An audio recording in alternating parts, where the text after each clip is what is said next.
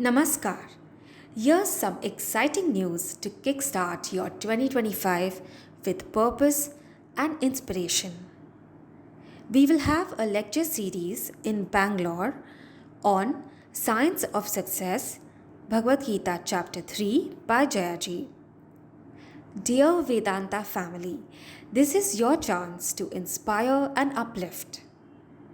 Forward the invite to your contacts and WhatsApp groups. Share it on your status and social media. They say success is contagious, so let's spread it. Who knows, you might change someone's life with your message. We will share the Bangalore lectures invite on Jayaji's WhatsApp community. If you are not a part of it, click the link in the description box to join. Let's show Bangalore what a Vedanta inspired community can do. I now request Jayaji to continue with chapter 2.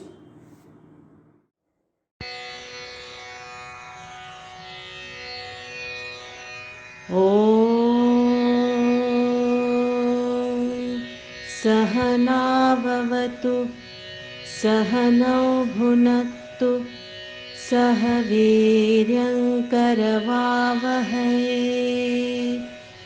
तेजस्विनावधीतमस्तु मा विद्विषावहै ॐ शान्ति शान्ति शान्तिः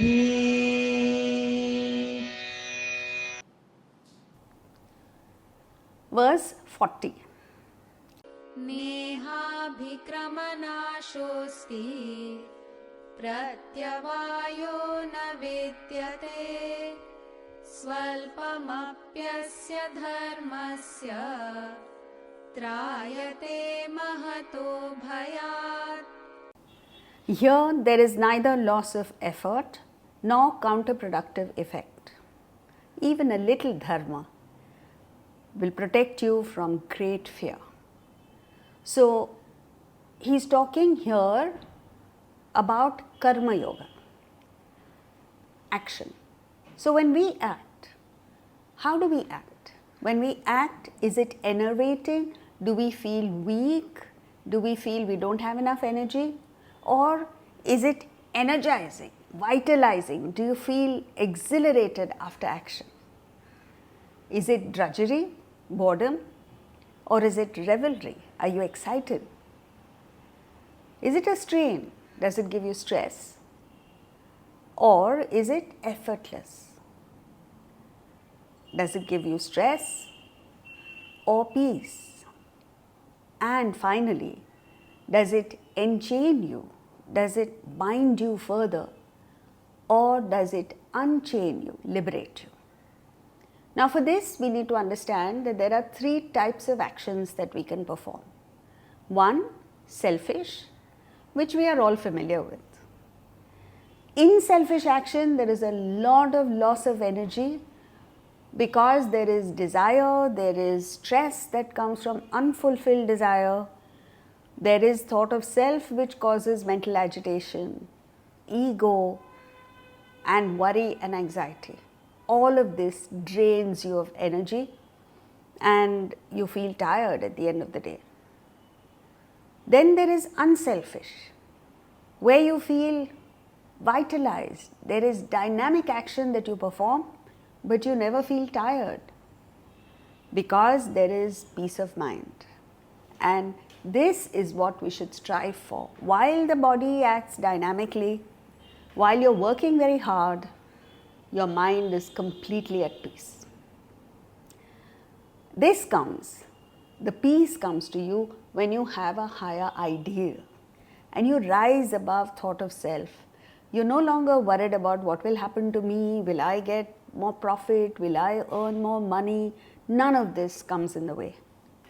And the last is selfless, where there is zero loss of energy. Because you are connected with the infinite source of vitality, Atman, within. Whatever you do for Atman. Every time you act, you remember it is Atman that is energizing you. Because it is when your thought goes away from Atman that you lose energy. Now, most of us are result oriented. While acting, the mind goes to the fruit. So then the mind is agitated because you're anxious, you're obsessed with the fruit, you're thinking of the fruit while acting. Then what happens? Action comes to a grinding halt and the fruit eludes your grasp. This is stark in sport.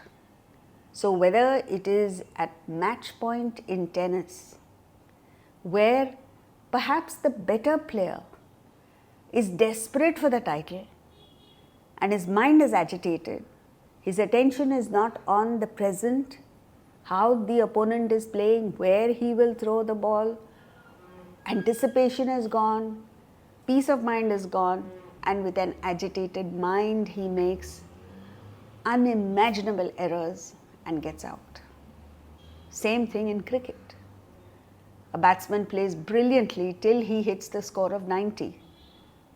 At 90, his attention, the mind shifts to the future, 100.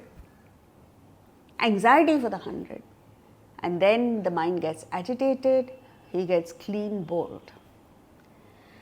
So, Karma Yoga is where your mind is lifted off thought of self. You're no longer thinking of yourself because you're inspired with a higher ideal. You're working for a cause. Then you're really not interested in the fruit. You're not interested in money, name, fame, etc. You are focused on the cause for which you're working. And as long as that is achieved, and you know that will be achieved, provided your actions are perfect. So you're just focusing on the action. And in the spiritual field, if you have a spiritual goal, you're not interested in anything in the world. You only want spiritual evolution. And then you find fulfillment in the action itself, because it's not the action, it's not the fruit that you're concerned with. You're concerned with what? Reduction of desires.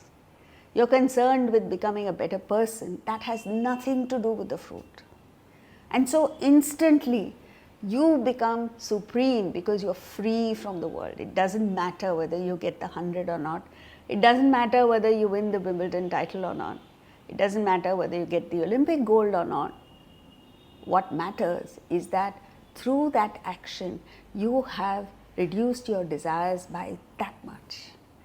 You have become a better person by this much. And you have gotten closer to your goal, which is spiritual evolution.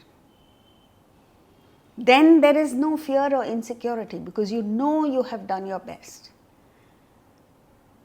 Every action is very important for you only because of that. And so there is no fear of not getting the fruit from the worldly perspective. There is no insecurity that someone will take away what you have. No one can take away your spiritual growth. They can take away anything else from you. But your spiritual level is yours and can never be taken away. Now let's take a look at where fear and insecurity come from.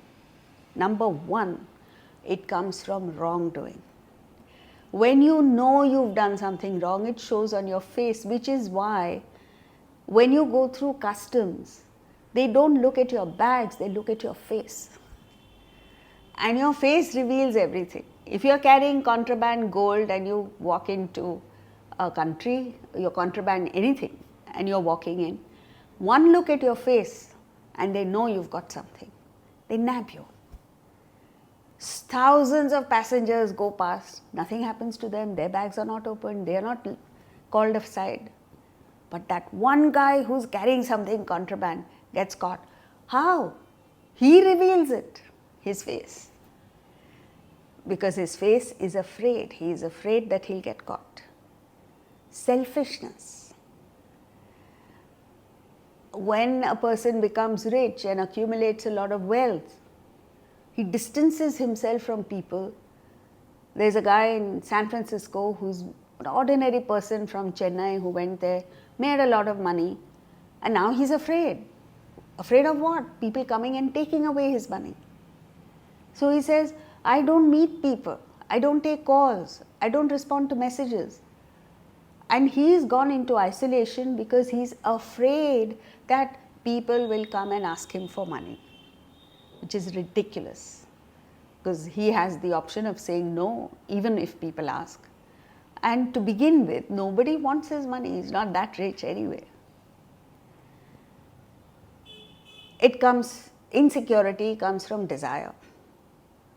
When you have a desire for a title, you have desire for money, everyone becomes a competitor. Even your own kids become your competitors. You view them as competition, which is very sad.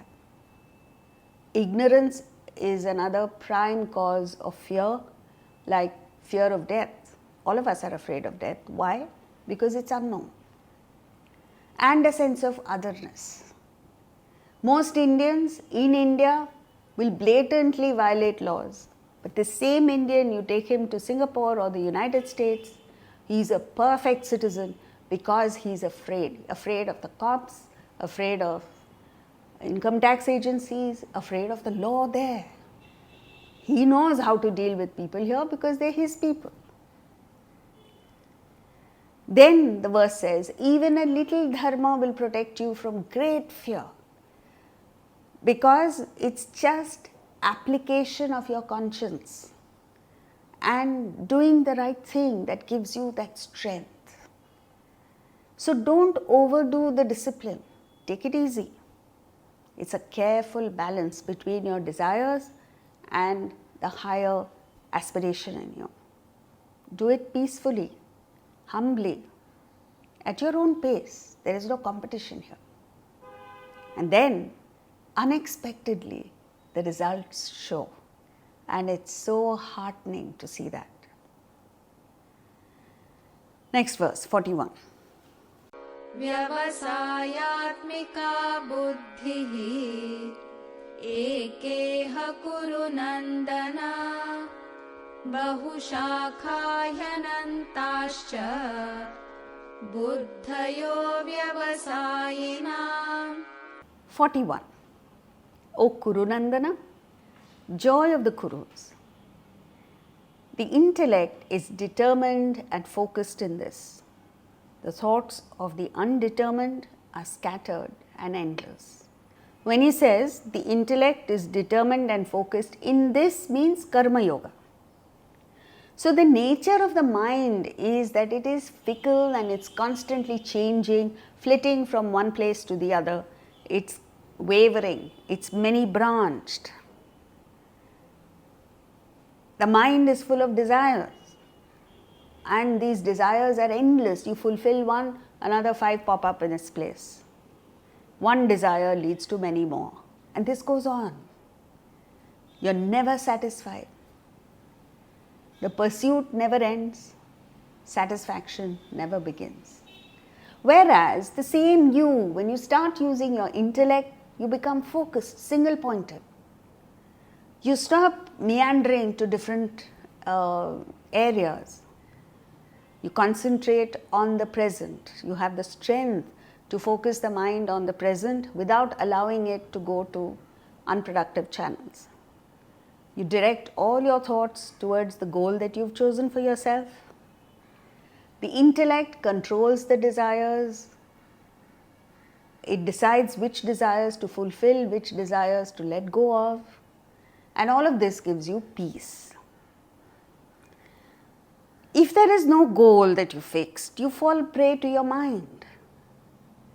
And then you choose a field of activity according to the vacillating mind. The mind wants to do one thing one day, another thing another day. So it's complete indecision, indiscriminate activity which agitates your mind. And then you don't achieve anything. You operate day to day based on the whims and fancies of the mind. So action is performed by the body, no doubt.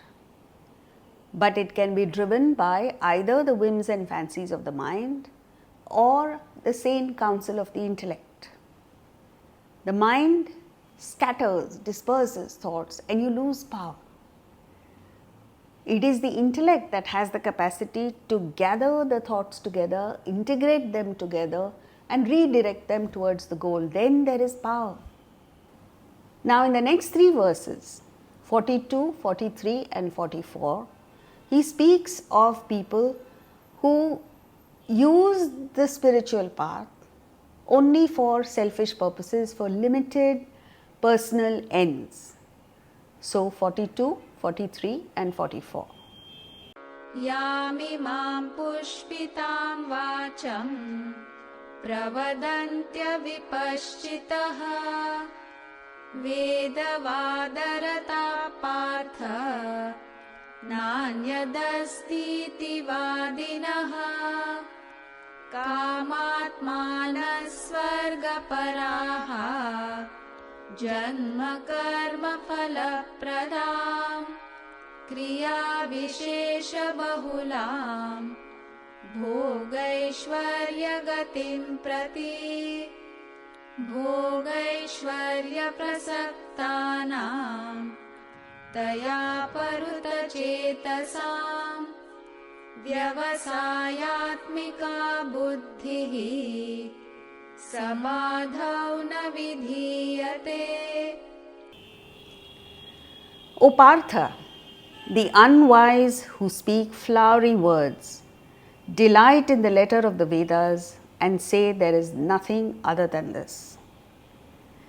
They are full of desires leading to rebirth as the fruit of action.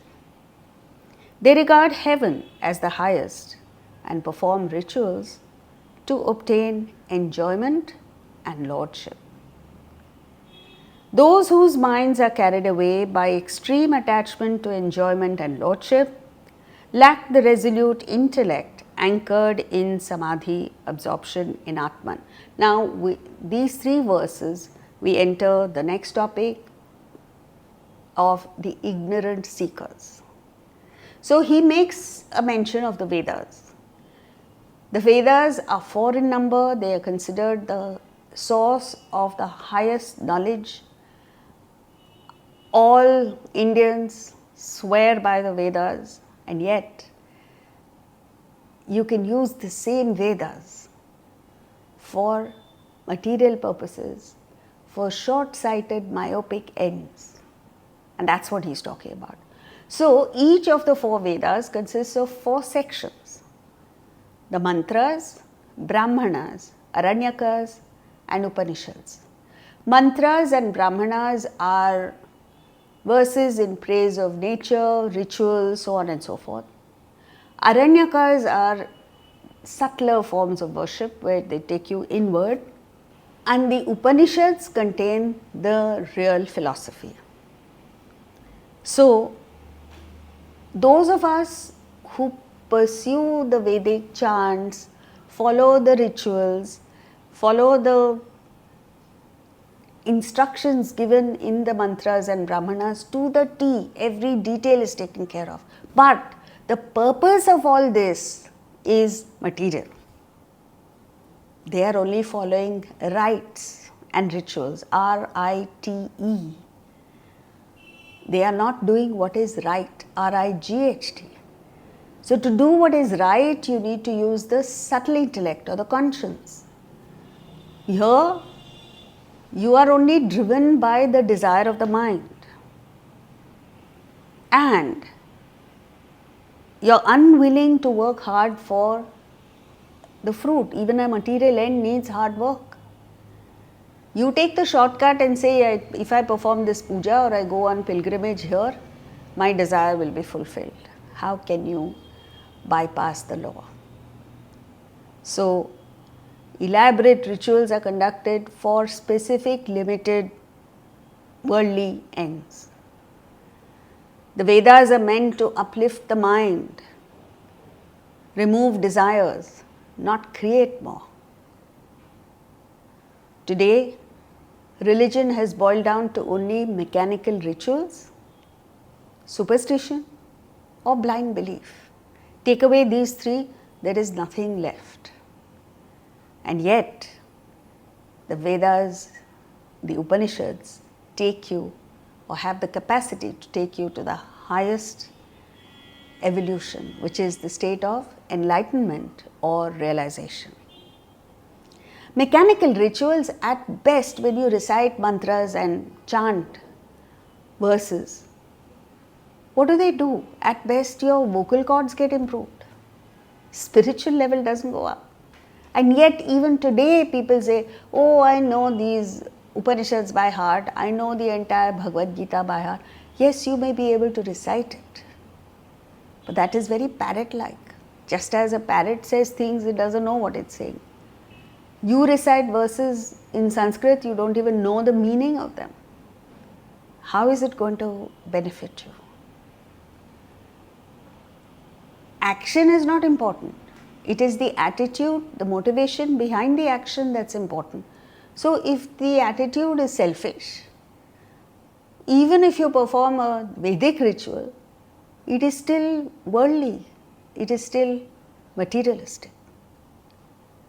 Heaven means specific limited goals, like you want money, you want your daughter to get married, things like that.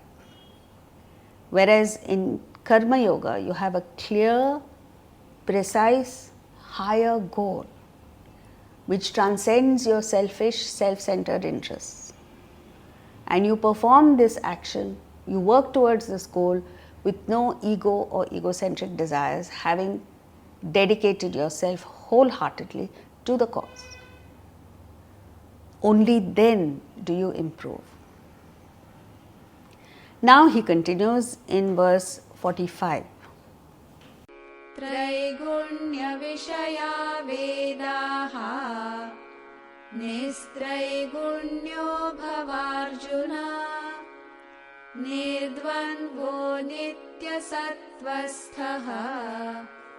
निर्योगक्षेम आत्मवान्. The Vedas explain the three gunas, traits. O Arjuna, free yourself of the three gunas and the pairs of opposites. Establish yourself in sattva, purity, and remain in the self, free from acquisitiveness and possessiveness. So now we enter the next topic, verses 45 to 50, which deal with what is right action. The segregation or classification of human thought into three grades is India's most valuable contribution to the understanding of the human mind. How do you know what kind of thoughts you have, what quality of thoughts you have, and how do you know whether you've improved? This classification is a clear guide to understanding where you are now and to understand where you have improved. So the three qualities are sattva, purity, rajas, passion, and tamas, apathy.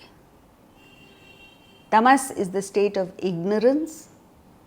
Because of ignorance, you let go of a lot of valuable things. Rajas is a state of mental agitation which comes as a result of desire-driven selfish activity. And sattva is that ethereal quality of purity where you are divested of desires and therefore the mind is calm, intellect sharp, actions brilliant. So what he is saying here is the Vedas explain the three gunas, and he is asking Arjuna and all of us to free ourselves of the three gunas. So all the three gunas, including sattva, belong to the world.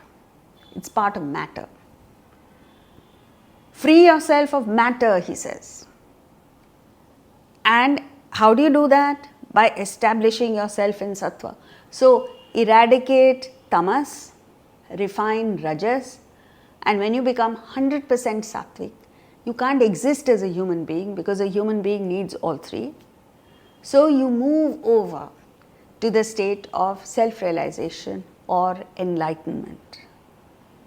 So once you transcend the three gunas, you become free of the pairs of opposites. You are no longer traumatized by the pairs of opposites.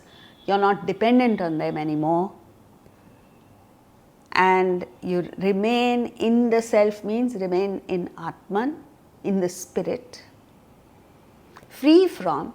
Now, as long as we are in the world, we have this quality of acquisitiveness, which means however much you have, you still want more. So it's a trait. He is not against acquisition. You can acquire the whole world. You can possess the whole world. But this trait of acquisitiveness, it functions in a very innocuous way. You may have many clothes, but when you see someone else wearing a nice shirt, you say, "Nice shirt, where did you get it?" You see someone wearing a piece of jewelry, you may have a lot of jewelry, but you see that you want it. When you are free from this acquisitiveness, when you are free from desire, you may notice it, you may admire it, but you don't have this capacity of, "I want it." You see the difference? You may even acquire, go out and buy what you want. But you must always be free from this quality of acquisitiveness.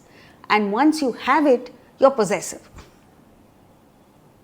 This possessiveness is killing. It kills you. And you see it with people. They may have an ordinary car, not even a car, a two-wheeler, but they're possessive about it.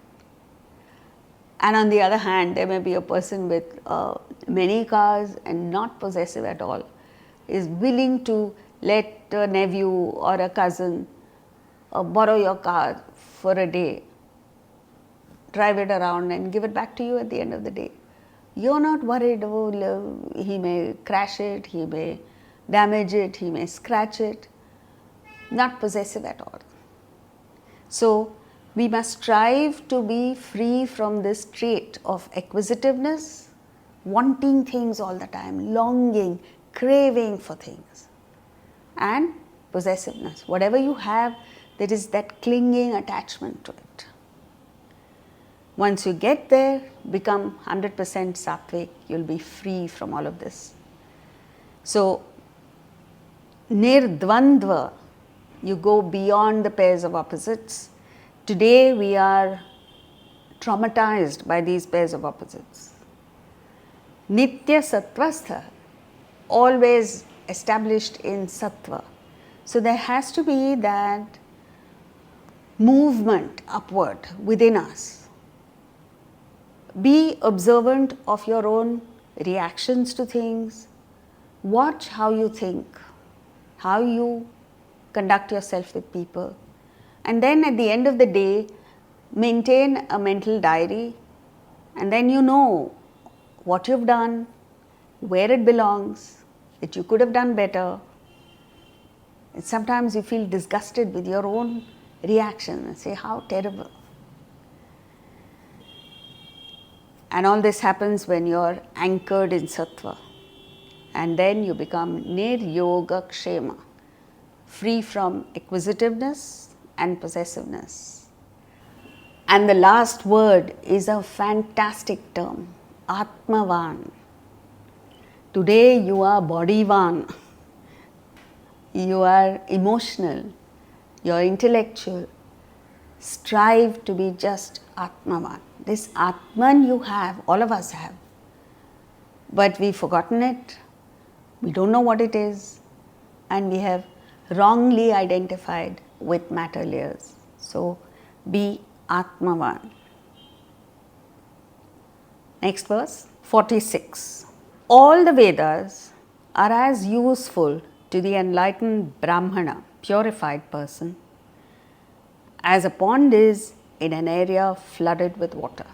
So this simile he is giving to indicate that the Vedas or spiritual knowledge are useful to us only until such time as you reach enlightenment. Once you're there, it's like water, there is water everywhere, you're Atmavan. Why will you want the Vedas? So he's talking about the fact that the Vedas or any spiritual knowledge is part of the world. So it has importance for you only until such time as you reach realization. Once you reach there, you no longer need it. It's like pole vaulting. Have you seen a pole vaulter? He has to cross a certain height, for which he needs the help of a pole. Without the pole, he can't lift himself up to that height.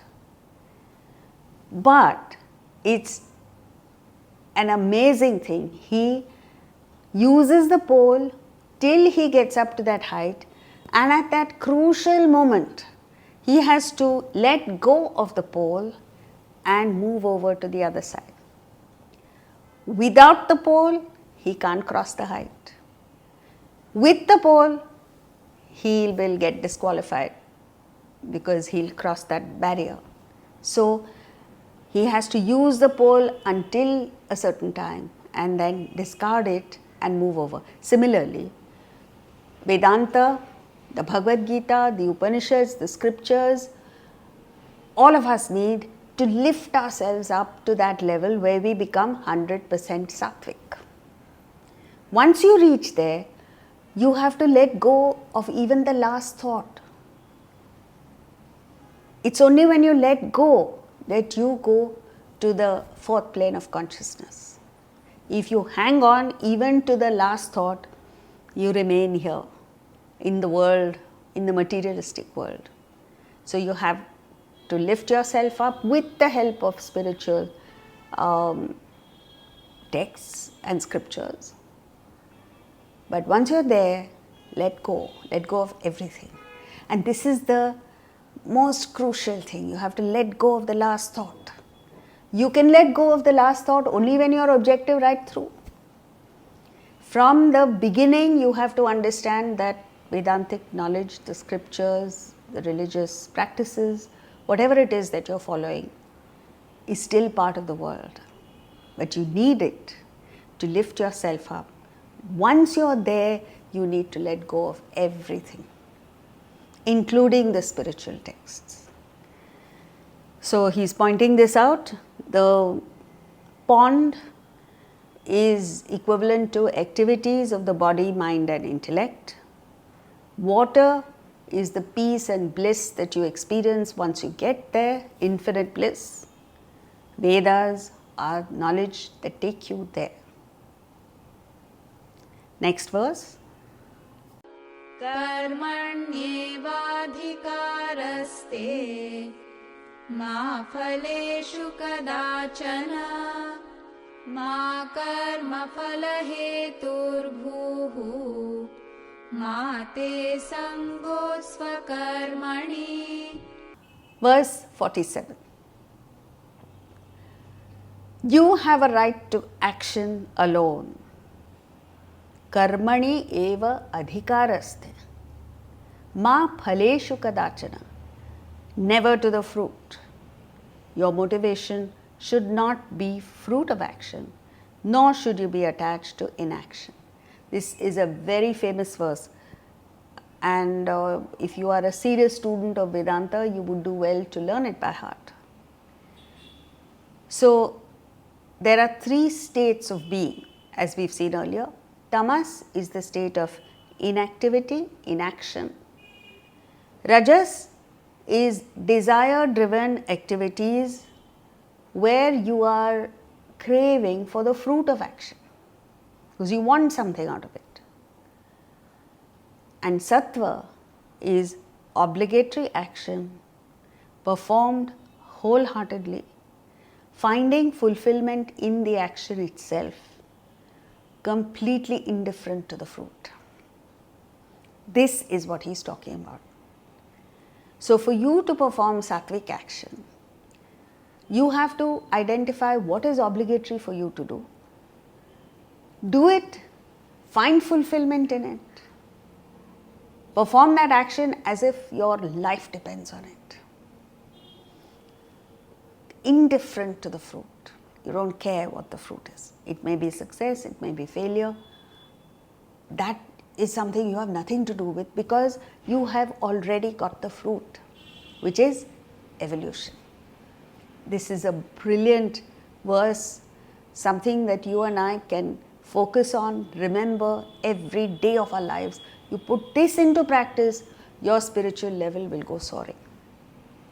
So let's take a look at the sequence of thought. In verse 39, Krishna says, I will teach you Buddhi Yoga. So he's introduced a new term here. We know Karma Yoga, Bhakti Yoga, Jnana Yoga. What is this Buddhi Yoga? It is Karma Yoga performed with the Buddhi, not mechanically. 42 to 44, he tells us what isn't Buddhi Yoga. Ritualistic adherence to scriptural mandate without the participation of either the mind or the intellect. 47 and 48 spells out what Karma Yoga is. Your adhikara, your right, your duty is only to perform your karyam karma, your obligatory duty. You have nothing to do with the fruit. Ma phaleshu kadachana. Never is it the fruit.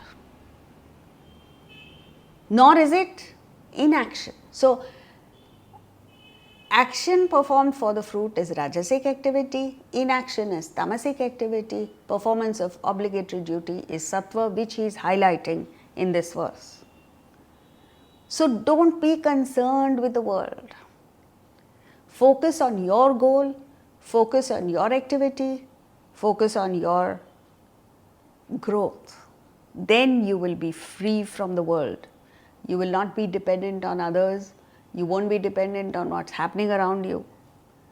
You won't even be concerned with your own past, over which you have no control. I mean, it's over and done with. And you have no control over the fruit. So you let go.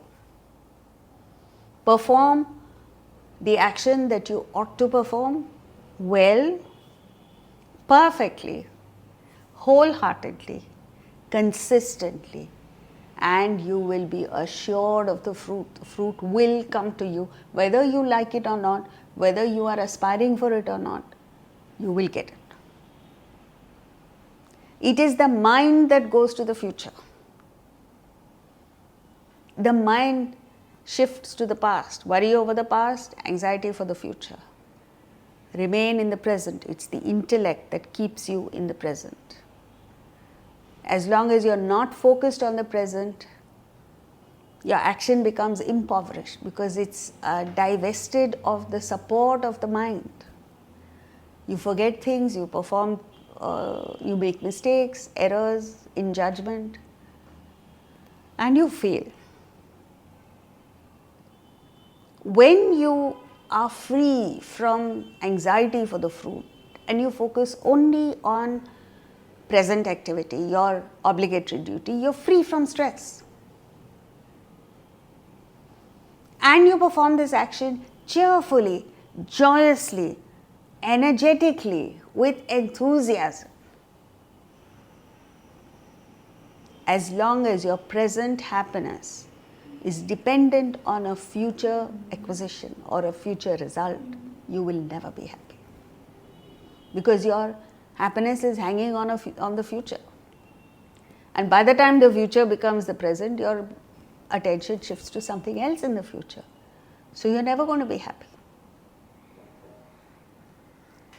Just focus on work. Work well accomplished. Work done to the best of your ability is the joy of life. Be content with what you have. Your intellect can aspire for more. But the mind should always be content with whatever it is that you have. All of us have something. Be happy with what you have. Be grateful for what you have. Then you can aspire for the moon. It's fine. So begin by setting a higher ideal, by fixing a goal, that is beyond your selfish, self-centered interests. Work free from attachment and craving is worship. Worship is not merely going to a temple, church or mosque. It is possible to worship as you are, wherever you are, whatever it is that you may be doing.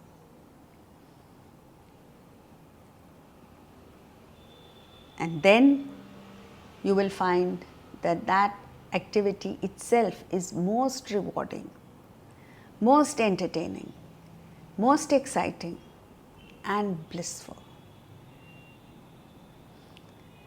We move now to the next verse, 48.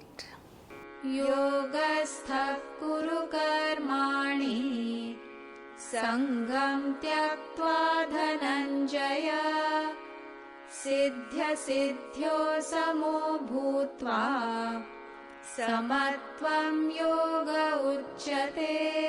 Verses 48 and 50 encapsulate the entire spiritual path in a way. Very, very important verses.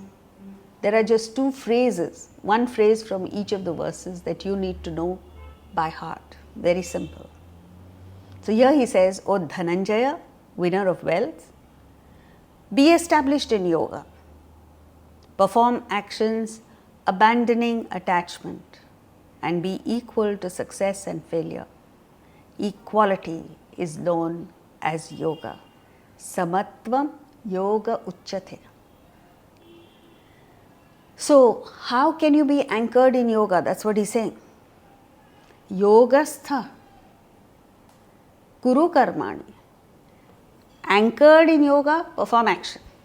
So, the body acts, the mind is detached, and you are equal in success and failure because you know the result is not in your hands. So, you focus 100% on that over which you have control, which is your action and your attitude. So, while the body is acting furiously, working very hard, the mind is calm. This mind is calm when you have the ability to clip the past and the future and just focus on the present. This is what a child does. A child is always in the present, which is why the child is always cheerful and happy, whatever it's doing.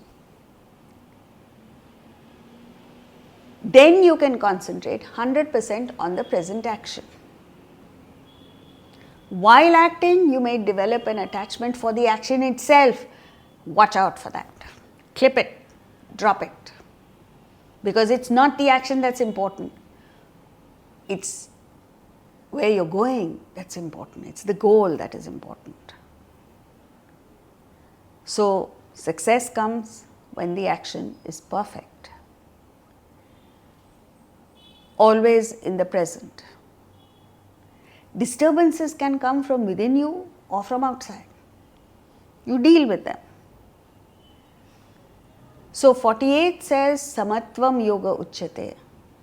Verse 50 says, perfection in action, diligence in action is yoga.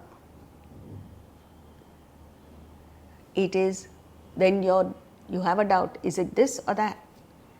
Is it tranquility of mind that is yoga? Or is it perfection in action that is yoga? Because we never experience both together.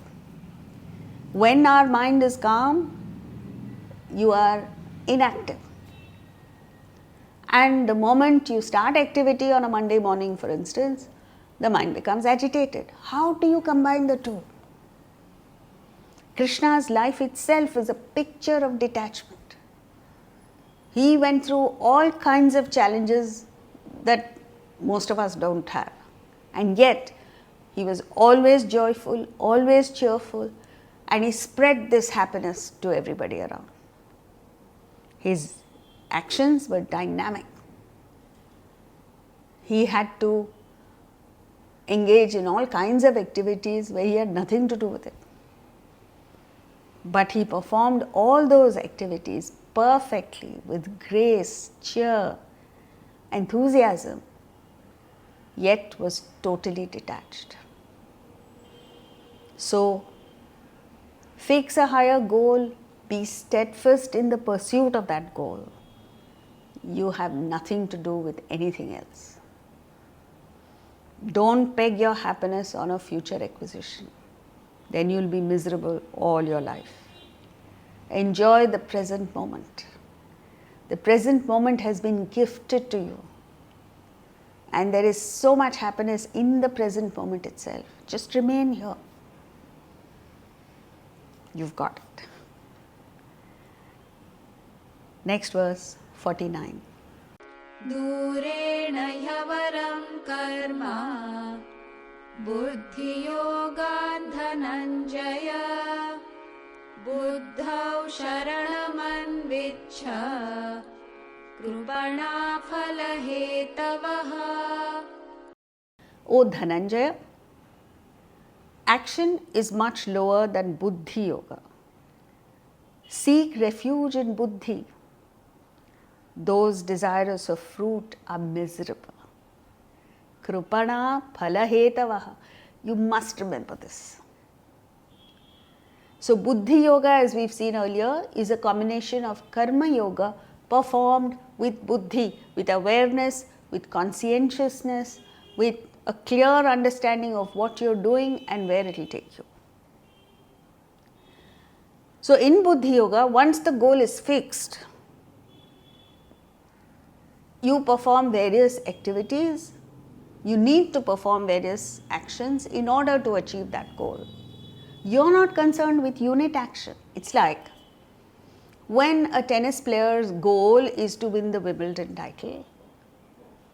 In order to get there, he needs to look after his fitness, he needs to look after his diet, he needs to take care of, maybe he has to go for a run every day. There are so many activities that he has to perform in order to win the Wimbledon title. He is not concerned with unit action. He is very clear that he is performing all these actions only for the Wimbledon title.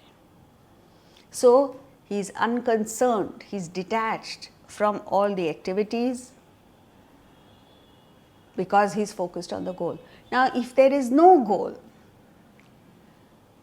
then the mind goes, where will it go? It comes back to thought of self. And everything you do has this tarnish of selfishness. Everything you do is desire driven. You have a craving for the fruit. And the mind is agitated. Now what you need to remember is that the mind is insatiable. It's like fire. There is no sample of fire anywhere in the world that will say, I have had enough, thank you, I don't want any more. Fire consumed the whole of London, but was ready for more. Desire is like that. So you want to be the richest person in the world, you get there, you still want more.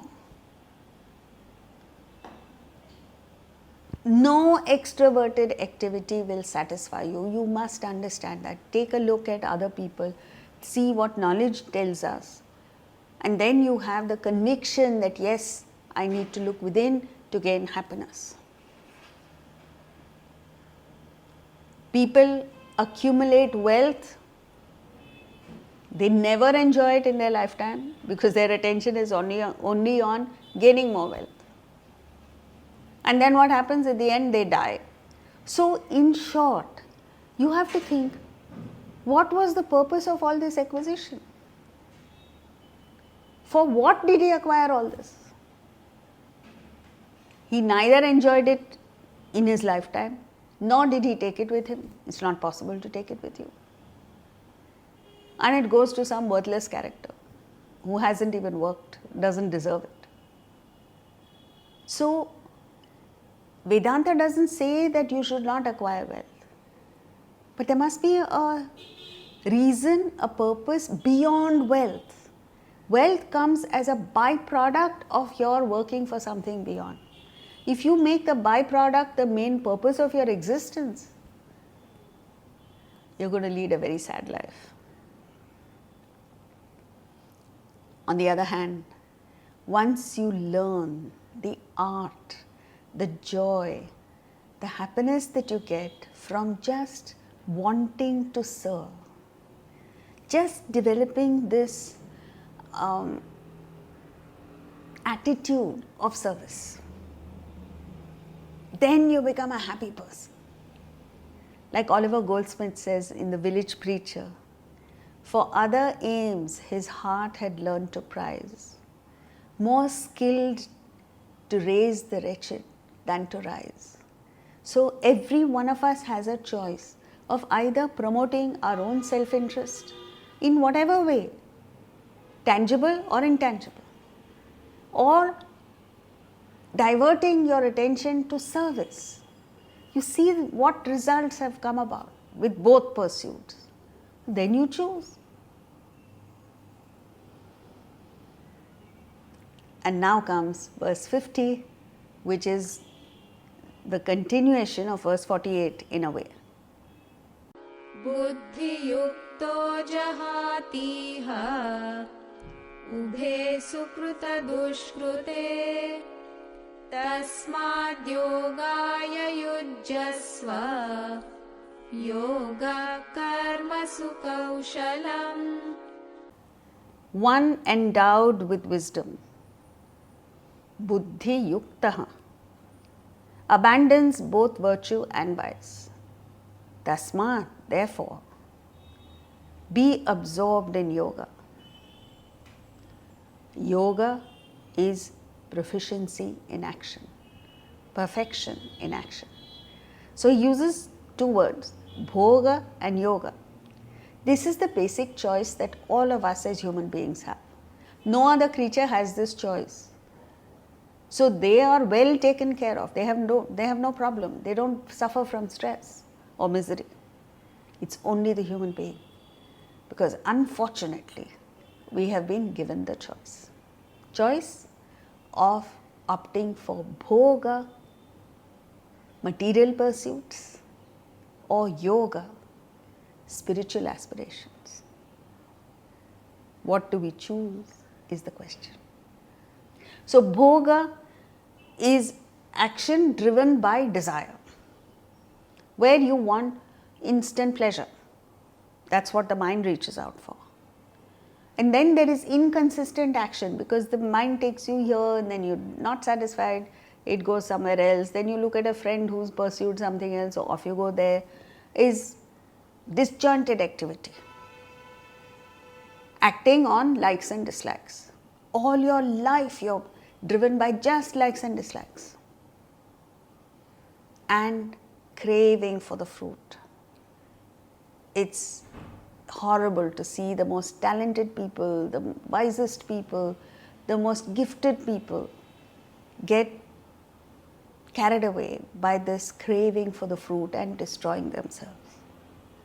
Whereas in yoga, you fix a higher goal. Yoga, the word yoga itself comes from the root yuja, which means to join. Any activity that helps you join with the spirit, join back to yourself, is yoga. So in this you fix a higher goal. The intellect dedicates all your activities towards that goal, not allowing you to get distracted by likes or dislikes. So you're not acting on likes and dislikes. And there is no craving for fruit, because you are fulfilled in the performance of every action that you perform. So Karma Yoga is a combination of verse 48, which says Samatvam Yoga Uchyate. Tranquility of mind, serenity of mind is yoga. And this verse 50, which says Yoga Karmasu Kaushalam. It is perfection in action is yoga. It is the combination that is yoga.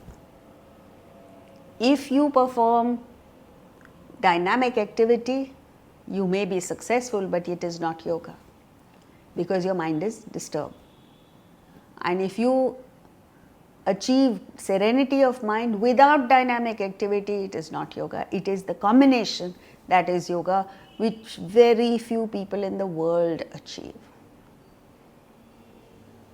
If you just go home with this idea, these two phrases, and dedicate yourself to achieving this, your spiritual level will go soaring. Because then you have to decide or figure out, how can I keep my mind calm while I am acting hard, while working hard? And the whole spiritual path will unravel before you. 51. Now, 51, 52 and 53, this is so far up to 50, he's talking about action. Then he moves to subtler realms. And in 53, he takes you through the drama of realization. These three verses are the most fascinating verses that take you from the world to that which is beyond. कर्मजं बुद्धियुक्ता हि फलं त्यक्त्वा मनीषिणः जन्मबन्धविनिर्मुक्ताः पदं गच्छन्त्यनामयम्. Endowed with wisdom, abandoning the fruit, the wise get freed from the bondage of birth and go to the state of no sorrow. So the first step in spiritual development, how do you know you have developed spiritually? You will be free from sorrow. You know, the pinpricks of life, the ordinary ups and downs of life will not bother you. You'll be in a realm of happiness, which is not the bliss of realization, but it is the state of no sorrow. So these three verses, 51 to 53, speak of enlightenment. Endowed with wisdom, you become wise when you gain knowledge of the higher. And then once you move up, you turn your back on the lower. This you've done right through your life. Right from the time that you were an infant till you are a full-grown adult now, you've done this. As an infant, you're lying on your back and the only entertainment you have is a rat, is something that moves. And you're highly excited with that. And then nature pushes you to strive for the better. You don't need to tell a child to turn on its tummy. It does it, it strives, it works very hard, it hurts itself, but it never gives up. And when it turns over, it sees a whole new world before it. And it's fascinated by it. Now it no longer wants the rattle.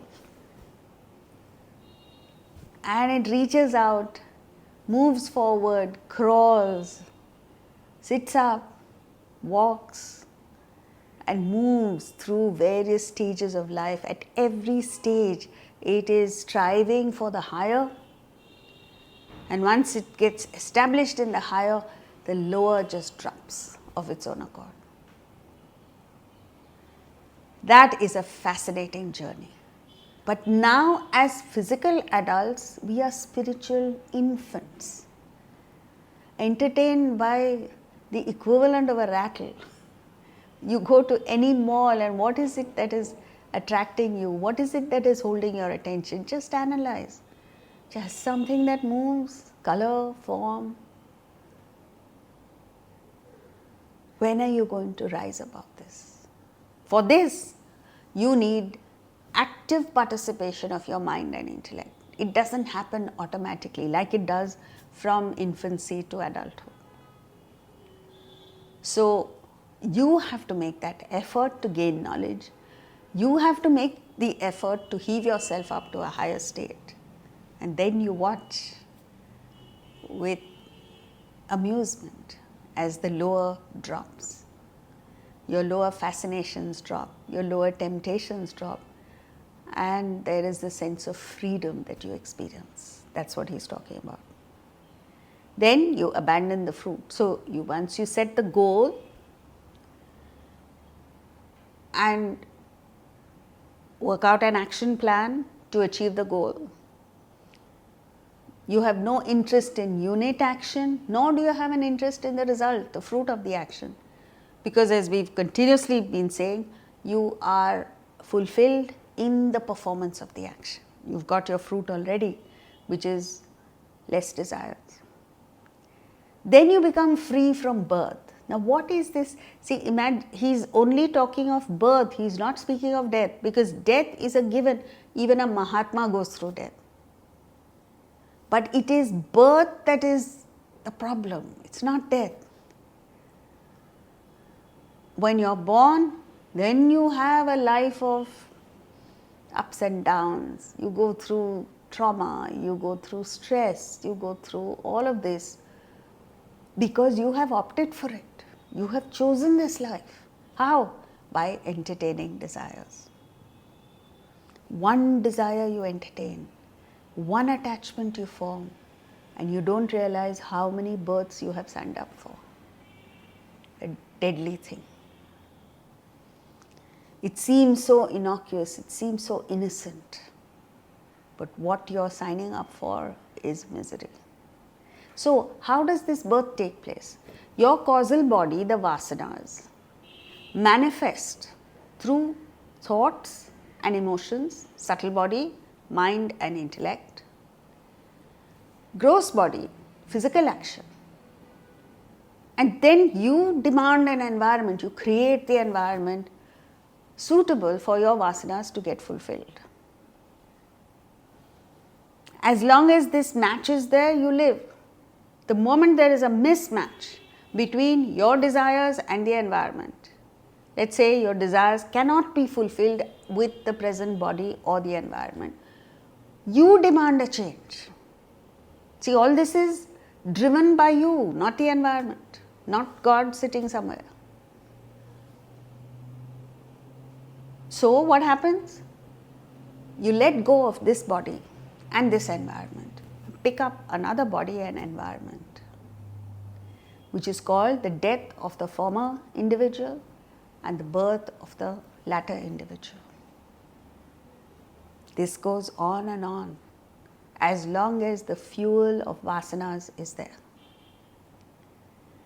When there are no more vasanas, there is no more birth.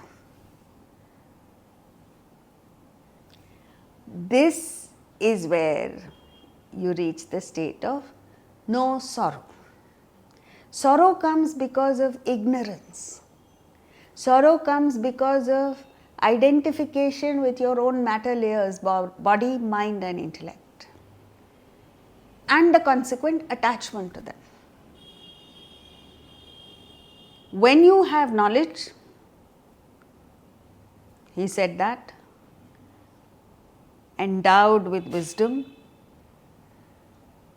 you don't have this wrong identification, you give up the attachment to body, mind and intellect, and you identify with the changeless entity in you, you become it, because the law is as you think, so you become. Then you are no longer subject to change. You are not affected by the world because you are not a stakeholder in the world. There is nothing in the world that you want. You become a mature, powerful entity. You become a beacon light, the guide to all of humanity. All this starts with just gaining knowledge, which is why we have been continuously saying, study the Bhagavad Gita. So all of this can happen only with knowledge. And the Bhagavad Gita is knowledge which takes you from the absolute basics, infancy of life, wherever we are, is seeking the world, to heights of perfection in a simple manner. And this knowledge is available right here. All you have to do is order it, it will be delivered to you. So, think very seriously about it. Invest in it. This will be the most valuable investment you have made in your life. And study it.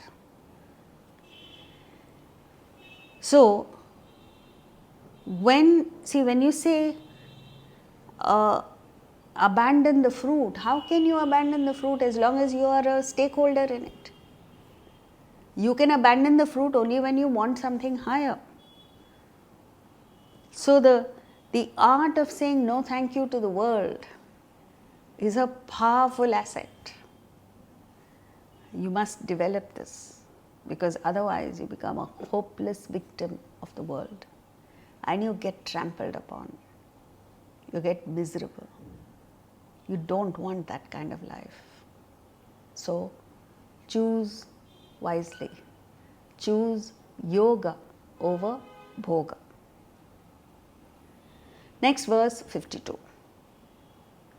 यदा ते मोहकलिलं बुद्धिर्व्यतितरिष्यति तदा गन्तासि निर्वेदं श्रोतव्यस्य श्रुतस्य च.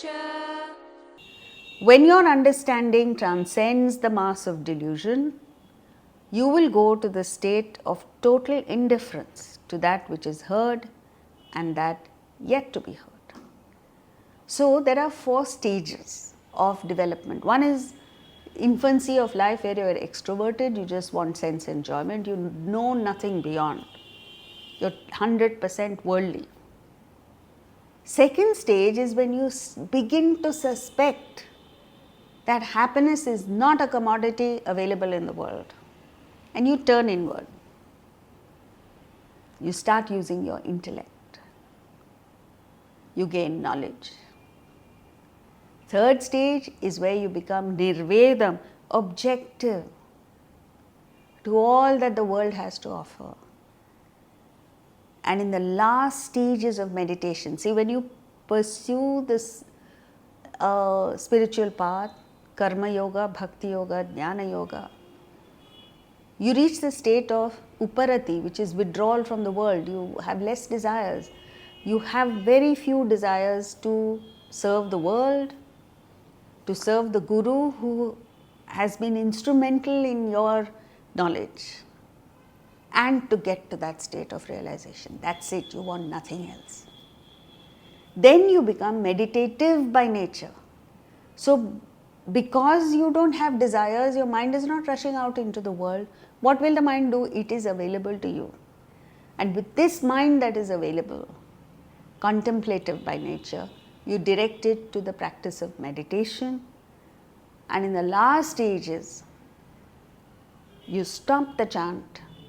Meditation is the art of focusing the mind on one thought to the exclusion of all other thoughts under the supervision of the intellect. So when you are deep in meditation, you stop the chant. When you stop the chant, the thought flow is stopped, so the mind gets extinct. The intellect, which so far has been discriminating between the chant, sound, and the silence between the two thoughts, now has no job, because there is only one, the silence.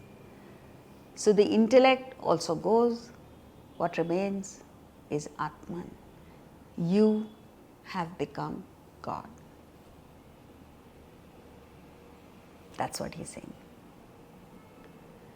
And in verse 53, he is highlighting this.